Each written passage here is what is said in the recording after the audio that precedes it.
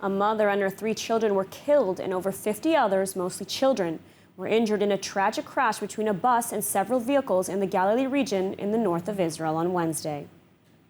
As they were returning home from the end of the Sukkot holiday Wednesday afternoon, a bus carrying dozens of children in the Bnei Akiva youth movement collided with several vehicles, leaving at least 5 people dead.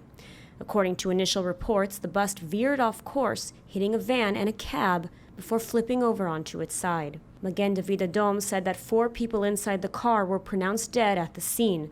35-year-old Moran Ben Eli, along with her 3 children, Dekel, Liam, and Anael, ages 15, 11, and 5. Their husband and father, Reuven, who was also in the car, is hospitalized in serious condition. He regained consciousness Thursday morning and was told the devastating news of his family's death. The 5th casualty was found crushed underneath the bus and also pronounced dead.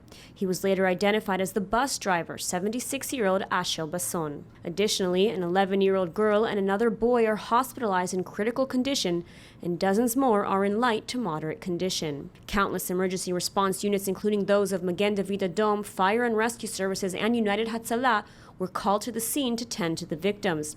And IDF medical workers and Israeli Air Force helicopters were also brought in to assist in the evacuation of injured to hospitals. Police are still investigating the cause of the accident, as it still remains unclear what caused the bus to swerve out of its lane. Prime Minister Naftali Bennett also addressed the crash upon his return home from New York and spoke to authorities at the scene. Quote, "The heart breaks in light of the images from the difficult crash in the Upper Galilee. I ask to send my condolences from the bottom of my heart and a big hug to the families of those killed during this difficult time. The people of Israel are praying for the recovery of the victims," the Prime Minister said in a statement.